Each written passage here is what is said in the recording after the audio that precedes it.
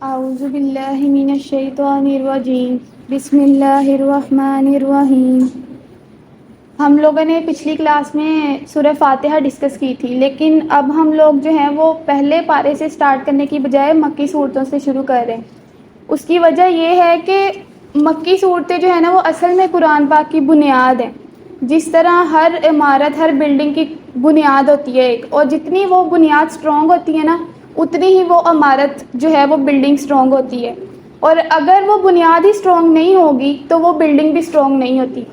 اسی طرح ہم سب کو پتہ ہے کہ جو مکی صورتیں ہیں نا یہ نبوت کے ابتدائی زمانے میں نازل ہوئی تھی، اور مکی صورتوں میں جن چیزوں پر سب سے زیادہ فوکس کیا گیا اس میں سب سے پہلے عقیدہ آخرت تھا، جس میں لوگوں کو یہ بتایا گیا تھا کہ مرنے کے بعد تم لوگوں کو زندہ اٹھایا جائے گا اور اپنے ہر عمل کا جواب دیا جائے گا۔ اور کفار کو سب سے زیادہ اعتراض بھی اسی بات پر تھا کہ آخر کیوں ہمیں زندہ کیا جائے گا، ہم لوگ تو یہی سمجھے بیٹھے تھے کہ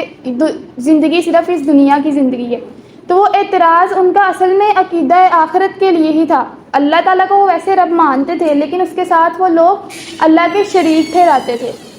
تو مکی صورتوں میں جن چیزوں پر سب سے زیادہ فوکس کیا گیا ہے نا وہ عقیدہ آخرت ہم لوگوں کو ملے گا، اس کے علاوہ عقیدہ توحید، کیونکہ جو بندہ عقیدہ آخرت کو مانے گا نا وہ آٹومیٹکلی توحید کو بھی مانے گا، اور جو بندہ توحید کو مان رہا ہوگا وہ آٹومیٹکلی آخرت کو بھی مان رہا ہوگا۔ پھر اس کے علاوہ رسالت، اور دوسرا جو ہے مکی صورتوں میں ہم لوگوں کو یہ چیز بڑی نظر آئے گی کہ لوگوں کو جو ہے جو غفلت میں زندگی گزار رہے ہیں، جو دنیا کی زندگی میں مگن ہو کے بیٹھے ہیں، ان لوگوں کو جھنجھوڑا گیا ہے کہ اٹھو اور دیکھو کہ اللہ تعالیٰ نے کائنات میں جو نشانیاں پھیلائی ہیں ان پر غور کرو، انبیاء کی تعلیمات کی طرف دیکھو، اور پھر اپنی زندگی میں ایسا رویہ اپناؤ کہ تم لوگوں کو آخرت میں شرمندہ نہ ہونا پڑے۔ تو ہم لوگوں نے یہ دیکھا کہ مکہ میں جب آپ صلی اللہ علیہ وسلم نے جو ہے وہ اسی چیز کی تعلیم دی، توحید، آخرت اور رسالت کے بارے میں دلائل پیش کیے، اور جب لوگوں کے دلوں میں آخرت کا کانسیپٹ پوری طرح سے بیٹھ گیا نا، اس کے بعد جب لوگ مدینہ میں گئے تو مدینہ میں اب لوگوں پر احکامات جو ہے نا وہ تفصیلی طور پر نازل ہونے شروع ہوئے۔ جتنے بھی تفصیلی احکامات ہیں نا، جیسے سود کی ممانعت یا اس کے علاوہ وراثت کے احکامات، جتنے بھی احکامات ہیں نا وہ ہمیں مدنی صورتوں میں ملیں گے۔ وہ اس لیے کہ جب آخرت کا کانسیپٹ لوگوں کے دلوں میں پوری طرح رچ بس گیا نا، پھر عمارت کی ایک بنیاد اٹھائے گی تاکہ لوگوں کے دلوں میں کوئی تنگی محسوس نہ ہو اور ان کاموں کو کرنے میں۔ تو ہم لوگ بھی جو ہیں وہ پہلے مکی صورتیں ہی پڑھیں گے تاکہ آخرت پر اور توحید پر ہم لوگوں کا ایمان جو ہے وہ پختہ ہو جائے، اور جب ہم مدنی صورتوں پہ آئیں اور ہمیں اللہ تعالیٰ احکامات دیں تو ہم لوگ کوئی دل میں تنگی محسوس نہ کریں، ہم لوگ یہ نہ فیل کریں کہ یہ ہمیں کیوں حکم دے دیا گیا، بلکہ ہم لوگ پوری محبت اور پوری دل جمعی کے ساتھ جو ہے نا وہ احکامات جو ہیں ان کو فالو کریں۔ تو اس سلسلے میں ہم لوگ سب سے پہلے آج سورہ ملک کا مطالعہ کریں گے۔ سورہ ملک میں بھی باقی جو ہیں وہ مکی صورتوں کی طرح ہم لوگوں کو عقیدہ آخرت کے دلائل نظر آئیں گے، عقیدہ توحید کے، اور اس کے علاوہ جو ہے وہ وہی کے لوگوں جو لوگ دنیا کی زندگی میں مگن ہیں ان لوگوں کو جو ہے وہ جھنجھوڑا گیا ہے، ان کو بتایا گیا ہے کہ ذرا اپنی زندگی پہ غور کرو اور اپنا رویہ درست کرو۔ اعوذ باللہ من الشیطان الرجیم بسم اللہ الرحمن الرحیم۔ تبارک الذی بیدہ الملک، بڑی بابرکت ہے وہ ذات جس کے ہاتھ میں ہے بادشاہی۔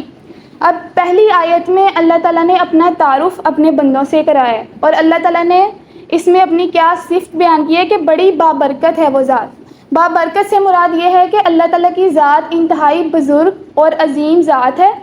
جو اپنے بندوں پر برابر احسانات کرتا چلا جا رہا ہے۔ اس کے بعد جو ہے وہ صفت کیا بیان ہوئی ہے کہ جس کے ہاتھ میں بادشاہی ہے تمام جہانوں کی، وَهُوَ عَلَى كُلِّ شَيْءٍ قَدِيرٌ، اور وہ ہر چیز پر قادر ہے۔ دوسری صفت اللہ تعالیٰ نے اپنی کیا بیان کی ہے کہ اللہ تعالیٰ ہر چیز پر قدرت رکھتے ہیں۔ جہاں اس کی ذات بابرکت، عظیم اور بزرگ ہے، جہاں وہ اپنے بندوں پر برابر احسانات کرتا چلا جا رہا ہے، دوسری طرف وہ پوری قدرت بھی رکھتا ہے ہر چیز کی۔ الذی خلق الموت والحیات، وہ ذات جس نے پیدا کیا زندگی اور موت کو،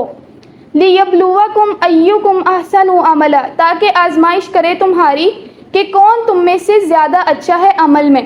اب یہاں پہ جو ہے اس آیت میں پہلے اللہ تعالیٰ نے اپنی ذات کا تعارف کرایا، اب اس آیت میں اللہ تعالیٰ نے انسان کی زندگی کی حقیقت بتا دی ہے۔ اب اس آیت کو پڑھ کے انسان کو پتہ چلتا ہے کہ جب وہ یہ پڑھتے ہیں نا کہ انسان کی زندگی اور موت کو پیدا کیا گیا تاکہ اللہ تعالیٰ دیکھے کہ کون جو ہے وہ اچھے اعمال کرنے والا ہے، تو اس سے ہمیں پتہ چلتا ہے کہ انسان کی زندگی جو ہے وہ ایک امتحان کی سی ہے۔ اللہ تعالیٰ نے اس کی زندگی اور موت کا یہ جو سلسلہ چلایا ہوا ہے نا، وہ ایک امتحان ہے۔ زندگی کا مطلب یہ ہے کہ اس کو امتحان کی مہلت ملی ہوئی ہے، اس کو مہلت دی گئی ہے کہ وہ اچھے اعمال کر سکے، اور موت کا مطلب یہ ہے کہ اب امتحان کی گھڑی ختم ہو چکی ہے اور اب اس کا ایک نتیجہ ظاہر ہوگا۔ پھر دوسرا پوائنٹ اس آیت کو پڑھ کے ہم لوگوں کے سامنے یہ آتا ہے کہ جب ہماری زندگی کی نوعیت ایک امتحان کی سی ہے تو یقینی بات ہے کہ اس امتحان کا نتیجہ بھی نکلے گا، ٹھیک ہے، اور وہ نتیجہ کیا؟ آخرت کی صورت میں ہمارے سامنے آئے گا۔ تیسری بات یہ کہ یہاں پہ فرمایا کہ کون تم میں سے زیادہ اچھے اعمال کرنے والا ہے، تو اس سے جو ہے وہ ہمیں یہ چیز ہمارے سامنے آتی ہے کہ اچھے عمل کو کون ڈیفائن کرے گا؟ اللہ تعالیٰ ڈیفائن کریں گے، یعنی جو ایگزامینر ہوگا وہی جو ہے اس کو ڈیفائن کرے گا کس کا پیپر اچھا تھا اور کس کا پیپر برا ہے۔ تو یہ آپ نہیں ڈیسائیڈ کریں گے، میرے لیے میں جتنے مرضی عمل کروں، میرے نزدیک میری نظر میں وہ عمل اچھا ہی ہوگا، اس کے نزدیک جو عمل یہ کرے گی وہ اچھا ہوگا، لیکن عمل اچھا اصل میں وہی ہے جو اللہ تعالیٰ ڈیفائن کریں گے۔ تو یہ جو ہے وہ یہاں پہ بتایا گیا ہے کہ انسان کی زندگی ایک امتحان کی سی ہے اور اس کو یہاں پہ موقع دیا گیا ہے کہ وہ اپنے ارادے اور اختیار کو استعمال کرتے ہوئے اچھے اعمال کرنے کی کوشش کرے۔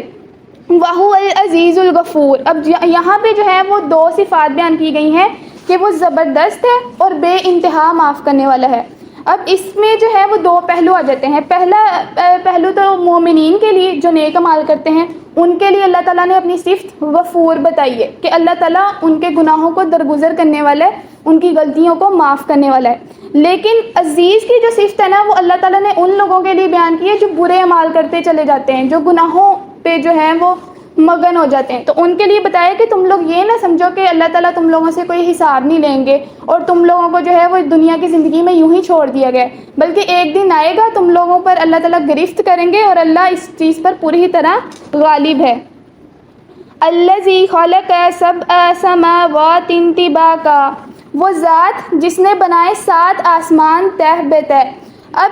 پہلی آیت میں ہم لوگوں نے یہ پڑھا کہ اللہ تعالیٰ ہر چیز پر قدرت رکھنے والا ہے۔ اب اللہ تعالیٰ انسان کو یہ دعوت دے رہے ہیں کہ آؤ دیکھو میری قدرت کی نشانیاں دیکھو۔ اب آپ لوگ سارے ادھر خود کو امیجن کرو کہ آپ کھلے آسمان کے نیچے کھڑے ہوئے ہو، ٹھیک ہے، اور اللہ تعالیٰ کی قدرت کا مشاہدہ کرے ہو آسمان کو دیکھتے ہوئے۔ ما تری فی خلق الرحمن من تفاوت فارجع البصر هل تری من فطور، نہ دیکھو گے تم رحمان کی تخلیق میں کوئی بے ربطی، ذرا آنکھ اٹھا کر دیکھو بھلا نظر آتا ہے تم کو کوئی خلق۔ ثم ارجع البصر کرتین ینقلب الیک البصر خاسئا وہو حسیر، پھر دوڑاؤ نظر بار بار پلٹ آئے گی تمہاری طرف نگاہ تھک کر اور نامراد ہو کر۔ تو یہاں پہ اللہ تعالیٰ نے جو ہے وہ انسان کو اس چیز کی دعوت دی ہے کہ آؤ دیکھو میری قدرت کا مشاہدہ کرو کہ کس طرح سے اللہ تعالیٰ نے 7 آسمانوں کو جو ہے وہ پیدا کر دیا، اور انسان اللہ تعالیٰ کا کوئی بھی سسٹم اٹھا کر دیکھ لے اس کو ہر جگہ ایک بیلنس نظر آئے گا، کہیں بھی کوئی بے ربطی نہیں نظر آئے گی۔ یعنی انسان یہ نہیں اٹھ کے کہہ سکتا کہ یہ چیز جو ہے وہ پرفیکٹ نہیں ہے، ہر چیز اللہ تعالیٰ نے پرفیکٹ بنائی ہے اللہ تعالیٰ کے سسٹم میں۔ تو اس سے جو ہے وہ یہ بھی انسان کے سامنے بات آتی ہے ان دلائل کو دیکھتے ہوئے کہ جب اللہ تعالیٰ نے ہر سسٹم انتہائی منظم شکل میں بنایا ہوا ہے تو انسان ایک ایسی مخلوق جس کو اللہ تعالیٰ نے نیکی اور بدی کا شعور اس کی فطرت میں دیا ہوا ہے، وہ جو ہے ہستی، وہ مخلوق جس کو اللہ تعالیٰ نے ارادہ اور اختیار دیا ہوا ہے، وہ مخلوق کیسے یہ تصور کر سکتی ہے کہ اللہ تعالیٰ نے اس کی زندگی کو بے مقصد بنا دیا؟ تو یہ اس چیز کے دلائل دیے گئے ہیں، یہ اللہ تعالیٰ کی قدرت کے بھی دلائل ہیں اور اس چیز کے بھی دلائل ہیں کہ انسان کی زندگی بے مقصد نہیں ہے، ایک خاص مقصد کے لیے انسان کو پیدا کیا گیا ہے، اور آخرت میں انسان سے جو اسی چیز کا سوال ہوگا کہ آیا اس نے اپنی زندگی میں وہ مقصد پورا کیا تھا یا نہیں، یا پھر وہ دنیا کی زندگی میں مگن ہو کے رہ گیا تھا۔ اس کے بعد جو ہے وَلَقَدْ زَيَّنَا السَّمَاءَ الدُّنْيَا بِمَصَابِيحَ وَجَعَلْنَاهَا رُجُومًا لِلشَّيَاطِينِ وَأَعْتَدْنَا لَهُمْ عَذَابَ السَّعِيرِ۔ اور بے شک آراستہ کیا ہم نے آسمان دنیا کو چراغوں سے، اور بنا دیا ہے ہم نے انہیں مار بھگانے کا ذریعہ شیاطین کو، اور مہیا کر رکھا ہے ہم نے ان کے لیے دہکتی آگ کا عذاب۔ پہلے اللہ تعالیٰ نے 7 آسمانوں کی طرف انسان کو توجہ دلائی، اب انسان کو کہہ دیا کہ ذرا اپنے اوپر کے آسمان کو دیکھو، کہ ہم نے جو ہے ہماری قدرت کی ایک اور نشانی دیکھو کہ ہم نے اس آسمان کو اندھیر نگری نہیں بنایا، بلکہ اس کو ستاروں سے آراستہ کر دیا جن کو دیکھ کر انسان خوش بھی ہوتا ہے۔ اور دوسری اللہ تعالیٰ کی قدرت کیا ہے کہ انہی ستاروں سے وہ کیا کام لیتا ہے کہ وہ جب شیطان جو ہوتے ہیں وہ عالم بالا کی طرف جانے کی کوشش کرتے ہیں تو ستارے ان پر جو ہے وہ پھینکے جاتے ہیں تاکہ وہ آخر عالم بالا کی طرف نہ جا سکیں۔ یہ جو ہے پوائنٹ اس لیے بیان کیا گیا ہے کیونکہ عربوں کا جو ہے وہ کنسیپٹ یہ تھا کہ رسول اللہ صلی اللہ علیہ وسلم معاذ اللہ کاہن ہے، اور کاہنوں کا یہ دعویٰ ہوتا تھا کہ ہم لوگ جو ہے نا ہمارے رابطے شیاطین کے ساتھ ہیں، اور وہ شیاطین جا کے عالم بالا کی طرف جاتے ہیں اللہ تعالیٰ کی طرف، اور جو بھی فیصلے دنیا میں ہونے ہوتے ہیں نا وہ ہمیں اس کی خبر دے دیتے ہیں۔ تو ہمارے ہاتھ میں ہے کہ ہم لوگوں کی جو ہے وہ قسمت کیا ہوگی آگے اس کو ڈیفائن کر سکیں۔ تو یہاں پہ اللہ تعالیٰ نے اس چیز کی نفی کی ہے کہ ایسا بالکل نہیں ہے، کیونکہ اللہ تعالیٰ نے جو ہے وہ ہر طرح سے اس عالم بالا کو محفوظ کر دیا، اور دوسرا یہ بھی کہ جو وحی ہم تک پہنچی ہے وہ بھی بالکل محفوظ شکل میں پہنچی، اس میں بھی شیاطین کا کوئی ہاتھ نہیں ہے۔ وَلِلَّذِينَ كَفَرُوا بِرَبِّهِمْ عَذَابُ جَهَنَّمَ وَبِئْسَ الْمَصِيرُ، اور ہے ان لوگوں کے لیے جنہوں نے کفر کیا اپنے رب کے ساتھ جہنم کا عذاب، اور وہ بہت ہی برا ٹھکانہ ہے۔ اب جو ہے ان تمام تر دلائل دینے کے بعد اللہ تعالیٰ نے کیا بات فرمائی کہ ان تمام تر دلائل کو دیکھتے ہوئے، کائنات کی نشانیوں کو دیکھتے ہوئے بھی اگر کوئی انسان کفر کا رویہ اپنائے گا تو اس کا انجام کیا ہوگا؟ اس کا انجام جہنم ہوگا۔ اب آگے جو ہے وہ جہنم کی ہولناکیوں کا ذکر کیا گیا ہے کہ جہنم کا مشاہدہ انسان کو کرایا گیا ہے۔ اب ہم میں سے ہر شخص کو یہ چاہیے کہ اپنے آپ کو اس جہنم میں امیجن کر رہا ہو کہ کہیں میں تو یہ انسان ہی ہوں، کیونکہ اس سے ہمارے اندر یہ رویہ پیدا ہوگا کہ ہم اپنا محاسبہ کریں گے۔ اگر ہم صرف اسی چیز پہ خود کو امیجن کرتے رہیں کہ میں تو جنت میں جو ہے وہ حوریں میرے لیے ہوں گی، یا پھر جو ہے وہ میں تکیے لگائے بیٹھا ہوں گا، یہ نہیں، اب بندے کو چاہیے کہ وہ جہنم میں بھی خود کو امیجن کر کے دیکھے۔ تو یہاں پہ جو ہے وہ یہ بتایا گیا ہے اِذَا أُلْقُوا فِيهَا سَمِعُوا لَهَا شَهِيقًا وَهِيَ تَفُورُ، جب پھینکے جائیں گے وہ اس میں تو سنیں گے اس کے دھاڑنے کی آواز اور وہ جوش کھا رہی ہوگی۔ یہ جہنم کے جو ہے وہ اس کا ذکر کیا ہے کہ جہنم کس قدر جو ہے وہ ہولناک ہوگی کہ اس کے اندر سے جوش کی آوازیں آ رہی ہوں گی، وہ کہہ رہی ہوگی کہ کیا کوئی اور بھی مخلوق ہے جو بھی باقی ہے اندر آنے کے لیے۔ تکاد تمیز من الغیظ، اس قدر کے قریب ہے پھٹ جائے وہ شدت غضب سے، یعنی اس کا غضب اتنا شدید ہوگا کہ کوئی انسان اس کا تصور نہیں کر سکتا۔ کلما القی فیہا فوج سألہم خزانتها الم یأتکم نذیر، جب بھی ڈالا جائے گا اس میں کوئی گروہ تو پوچھیں گے ان سے جہنم کے داروغہ، کیا نہیں آیا تھا تمہارے پاس کوئی متنبع کرنے والا؟ اب جو جہنمی ہوں گے نا ان سے فرشتے سوال کریں گے، اور وہ فرشتے سوال ان کو شرم دلانے کے لیے کریں گے انسانوں کو، ان جہنمیوں کو، اور دوسرا ان پر حجت تمام کی جائے گی کہ اللہ تعالیٰ نے تم لوگوں کو جہنم میں ڈال کے کوئی ناانصافی نہیں کی، تم لوگ خود اس کا اعتراف کرو گے کہ ہم لوگ اسی کے مستحق تھے۔ تو یہاں پہ یہ فرمایا کہ جب بھی ڈالا جائے گا اس میں کوئی گروہ تو پوچھیں گے ان سے جہنم کے داروغہ، کیا نہیں آیا تھا تمہارے پاس کوئی متنبع کرنے والا؟ تو فرشتے ان جہنمیوں سے سوال کریں گے کہ کیا تم لوگوں کے پاس اللہ کے رسول نہیں آئے تھے؟ کیا انہوں نے تم لوگوں کو یہ بتا نہیں دیا تھا کہ اگر تم لوگ یہ رویہ اختیار کرو گے تو آخرت میں اس کا یہ انجام ہوگا؟ تو اس کے باوجود بھی تم لوگ جو ہے وہ جہنم میں آ کر گر پڑے ہو۔ اب یہاں پہ یہ بات ہے کہ اللہ تعالیٰ کی ہدایت، اللہ تعالیٰ کے انبیاء، اور اب قرآن جو ہے نا وہ اللہ تعالیٰ کی سب سے بڑی نعمت ہے۔ اگر اللہ اپنے انبیاء کو نازل نہیں کرتے یا قرآن کو نازل نہیں کرتے تو ہمارا امتحان پھر بھی باقی رہنا تھا، لیکن یہ اللہ تعالیٰ کی رحمت ہے کہ اس نے ایک طرح سے ہم لوگوں کو اوپن بک پیپر دے دیا ہوا ہے کہ بتا دیے کہ مجھے راضی کرنے کے یہ طریقے،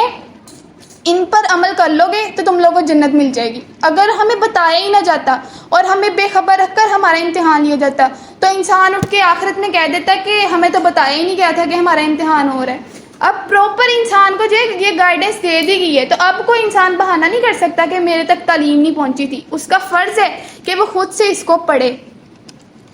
تو قالوا بلی قد جاءنا نذیر، تو وہ جواب دیں گے کہ کیوں نہیں، بے شک آیا تھا ہمارے پاس متنبع کرنے والا۔ فَكَذَّبْنَا وَقُلْنَا مَا نَزَّلَ اللَّهُ مِن شَيْءٍ إِنْ أَنْتُمْ إِلَّا فِي ضَلَالٍ كَبِيرٍ، لیکن ہم نے اس کو جھٹلایا اور کہا نہیں نازل کیا اللہ نے کچھ بھی، نہیں ہو تم مگر پڑے ہوئے بڑی گمراہی میں۔ تو وہ جواب دیں گے کہ یقیناً ہم لوگوں کے پاس اللہ کے رسول آئے تھے، لیکن ہم لوگوں نے جو ہے وہ ان کو جھٹلا دیا، ہم لوگوں نے کہا کہ اللہ نے تو کچھ بھی نازل نہیں کیا، تم لوگ جو ہے وہ دین کے ٹھیکیدار خود ہی بنے پڑتے ہو۔ تو ہم لوگوں نے اپنی عقل اور سمجھ سے کچھ کام نہیں لیا۔ وَقَالُوا لَوْ كُنَّا نَسْمَعُ أَوْ نَعْقِلُ مَا كُنَّا فِي أَصْحَابِ السَّعِيرِ، اور کہیں گے وہ کاش سنتے ہم اور عقل و شعور کو استعمال کرتے تو نہ ہوتے ہم دوزخیوں میں سے۔ فَاعْتَرَفُوا بِذَنبِهِمْ فَسُحْقًا لِأَصْحَابِ السَّعِيرِ، سو اقرار کر لیں گے وہ اپنے گناہ کا، پس لعنت ہے دوزخیوں پر۔ کہ انسان جو ہے وہ اس دن خود اقرار کرے گا کہ اللہ تعالیٰ نے جہنم میں ڈال کر میرے ساتھ کوئی ناانصافی نہیں کی، میں اس چیز کا مستحق تھا، کیونکہ اللہ تعالیٰ نے اپنی طرف سے ہدایت کا سامان کر دیا ہوا تھا، میں نے ہی عقل سے کام نہیں لیا، میں نے ہی جو ہے وہ کائنات کی نشانیوں پر غور نہیں کیا۔ اللہ تعالیٰ نے کبھی تاریخ کا حوالہ دیا، پرانی قوموں کے بارے میں ہمیں بتایا کہ ان کا کیا انجام ہوا، کبھی جو ہے انسان کے اپنے نفس کے اندر کی نشانیاں انسان کو بتائی کہ یہ جو نیکی اور بدی کا شعور تمہیں دیا گیا ہے، اس کے بارے میں تصور کرو کہ آخر تم لوگ کیسے یہ تصور کر سکتے ہو کہ یہ بے مقصد ہی تم لوگ کو بنا دیا گیا۔ پھر کبھی جو ہے وہ آسمان اور زمین کی نشانیوں کی طرف انسان کو توجہ دلائی گئی کہ ذرا دیکھو کہ ہر چیز کو کس طرح انسان کے لیے کام میں لگا کے رکھا ہوا ہے، لیکن انسان خود کیا کر رہا ہے۔ تو اس دن ہر انسان جو ہے نا وہ اپنے گناہ کا اعتراف خود کر لے گا، اور پھر اللہ بھی ان پر جو ہے وہ لعنت کر دے گا کہ ان تمام تر ہدایات کے باوجود بھی انسان جو ہے وہ سدھرا نہیں۔ ان الذین یخشون ربهم بالغیب لهم مغفرۃ واجر کبیر، بے شک وہ لوگ جو ڈرتے ہیں اپنے رب سے بن دیکھے، ان کے لیے ہے مغفرت اور بڑا اجر۔ اب دو طرح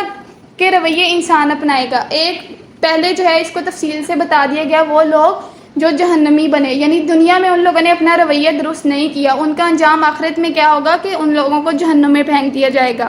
لیکن دوسری طرف اب ان لوگوں کے اجر کا ذکر آ رہا ہے کہ جن لوگوں نے محتاط ہو کر اپنی زندگی گزاری، دلائل دونوں کے سامنے سیم پیش کیے گئے تھے، لیکن ایک نے غفلت میں زندگی گزاری، ایک نے ان سے سبق نہیں لیا۔ اور لیکن اب جو دوسرا انسان تھا جس نے جو ہے وہ ان تمام تر نشانیوں پر غور کیا اور اللہ کے رسولوں کی تعلیمات پر بھی عمل کیا، اس کے لیے اللہ تعالیٰ نے کیا ہے، اس کے لیے کیا فرمایا کہ اس کے لیے مغفرت بھی ہے اور بڑا اجر بھی اس بندے کے لیے تیار کر رکھا ہے۔ وَأَسِرُّوا قَوْلَكُمْ أَوِ اجْهَرُوا بِهِ، اور آہستہ کہو تم اپنی بات یا اونچی آواز سے، إِنَّهُ عَلِيمٌ بِذَاتِ الصُّدُورِ، بے شک وہ پوری طرح باخبر ہے سینوں کے بھیدوں سے۔ تو اس میں بھی جو ہے وہ دو پہلو ہیں، ایک مومن کے لیے اور دوسرا کافر کے لیے، برے عمل کرنے والے انسان کے لیے۔ مومن کے لیے اس آیت میں تسلی ہے کہ اللہ تعالیٰ اس کو تسلی دے رہے ہیں کہ تم یہ نہ سمجھو کہ تمہاری نیکیاں جو تم اکیلے میں کرو وہ رائگاں جائیں گی اور ان کو کوئی دیکھنے والا نہیں ہے۔ اللہ تعالیٰ اس کو تسلی دے رہے ہیں مومن کو کہ اللہ تعالیٰ تو انسان کے سینوں میں چھپی ہوئی باتوں سے بھی واقف ہے۔ تو کیسے کوئی انسان یہ تصور کر سکتا ہے کہ اس کی ذرا برابر جو نیکی بھی ہوگی اللہ تعالیٰ اس سے غافل رہ جائے گا؟ اللہ تعالیٰ ایسا نہیں کریں گے، انسان کے ہر عمل کو کاؤنٹ کیا جائے گا۔ اور دوسری طرف کافر کو تنبیہ کی گئی ہے کہ تم لوگ یہ نہ سمجھو کہ اکیلے میں تم لوگ جو گناہ کرتے ہو یا تم لوگ جو بھی جو ہے وہ برائیاں کرتے ہو، تم لوگ یہ نہ سمجھو کہ اللہ تعالیٰ تم کو پکڑنے والا نہیں ہے یا کوئی تم لوگوں کی نگرانی نہیں کر رہا۔ اس بات سے خبردار ہو جاؤ کہ اللہ تعالیٰ جو ہے وہ تم لوگوں کے ہر عمل سے واقف ہے۔ الا یعلم من خلق وهو اللطیف الخبیر، بھلا وہی نہ جانے جس نے پیدا کیا، حالانکہ وہ ہے باریک بین اور پوری طرح باخبر۔ اب یہاں پہ جو ہے یہ بات کہی کہ اللہ تعالیٰ جو ہے وہ انسان کے سینوں میں چھپی ہوئی باتوں سے بھی واقف ہے، یہ اس چیز کی دلیل دی گئی ہے اس آیت میں کہ آخر کیوں اللہ تعالیٰ جو ہے وہ انسان کے ہر عمل سے باخبر ہے۔ وہ اس لیے کہ اللہ تعالیٰ کہنے کہ میں نے ہی تم لوگوں کو پیدا کیا، میں نے ہی تم لوگوں کی روح کو بنایا، میں نے ہی تم لوگوں کے دلوں کو بنایا، ہر جو ہے وہ انسان کا آرگن میں نے ہی سیٹ کیا۔ تو پھر مجھے کیسے نہیں پتا ہوگا کہ انسان جو ہے وہ کیا عمل کر رہا ہے کیا نہیں. تو یہ اس چیز کی دلیل دے گی ہے کہ پیدا میں نے کی ہے، اس لیے جاننے والا بھی ہر چیز کا میں ہی ہوں. تو یہ اس کا پہلا رکوع تھا. اب اس سے ہم لوگوں کو جو ہے پہلے رکوع سے ہم لوگوں کو یہ سبق ملا کہ یہی کہ انسان جو ہے وہ اس دنیا میں بے مقصد نہیں آیا، اور وہ مقصد بھی ہم لوگ نہیں ڈیفائن کریں گے. ٹھیک ہے، اور آگے ہم پڑھیں گے بھی جیسے جیسے آیات آئیں گی کہ اللہ تعالیٰ نے انسانیت کا مقصد کیا سیٹ کیا ہوا ہے، لیکن ہم لوگوں نے یہاں پر آ کے اپنے اپنے مقصد کیا بنا لیے. ایک چیز انسان کی ضروریات ہے اور دوسرے مقصد. ہم لوگوں نے الٹا کیا کام کیا ہے کہ ہم لوگوں نے اپنی ضروریات کو اپنا مقصد بنا لیا ہوا ہے. تو مقصد اللہ تعالیٰ ڈیفائن کریں گے انسان کا. اور دوسرا ہم لوگوں کو یہ پتہ چلا ہے کہ اب ہمیں امتحان کا جو ہے وہ مہلت دے دی گئی ہے. ہم لوگوں کو اللہ تعالیٰ نے ارادہ دی ہے، ہم لوگوں کو اللہ تعالیٰ نے اختیار دی ہے کہ چاہیں تو اچھے راستے کی طرف چلے جائیں. اچھا راستہ بھی اللہ تعالیٰ نے ڈیفائن کر دیا ہے پوری طرح، اور برے راستے کو بھی اللہ تعالیٰ نے ڈیفائن کر دیا ہے. اب ہم لوگوں کے اختیار میں یہ چیز ہے کہ ہم کس طرف جاتے ہیں. اگر تو جو ہے وہ ہم اچھے اعمال کریں گے تو ہم لوگوں کے لیے اللہ تعالیٰ نے بڑا اجر رکھا ہو. جنت کے بارے میں اللہ تعالیٰ نے یہ تعریف کی ہے کہ نہ کسی آنکھ نے اس کا تصور ہی نہیں کیا، کسی کے خیال میں بھی وہ نہیں گزری. اتنی اس کی تعریف کافی ہے کہ جنت کا کوئی تصور ہی نہیں کر سکتا. کہ اللہ تعالیٰ کہتے ہیں کہ میں نے مومنین کے لیے ایسی ایسی چیزیں جو ہیں ان کے لیے تیار کر رکھی ہیں کہ جو ان کی آنکھوں کے لیے ٹھنڈک ہوں گی. تو جو ہم لوگ اگر اچھے اعمال کریں گے، اللہ تعالیٰ کو راضی کرنے کی کوشش کریں گے، تو ہم لوگوں کو جنت ملے گی. اور اگر ہم جو ہے وہ انبیاء کی تعلیمات پر غور نہیں کریں، ان کی تعلیمات کو نہیں مانیں اور یہی سمجھیں کہ دنیا کی زندگی ہی بس زندگی ہے اور آخرت میں جو ہے وہ ہماری تو بخشش ہو جائے گی اور ہم سے کوئی باز پرس نہیں کی جائے گی، تو وہ ہم لوگوں کو چاہیے کہ ہم اپنے یہ خیالات کو رفع کر دیں. کیونکہ ہر انسان کا حساب ہونے والا ہے. کوئی بھی انسان بچنے والا نہیں ہے، چاہے وہ دنیا میں کسی بھی بڑے عہدے پر فائز ہو، آخرت میں وہ اللہ کی پکڑ سے نہیں بچ سکتا. تو یہ آج کا رکوع تھا.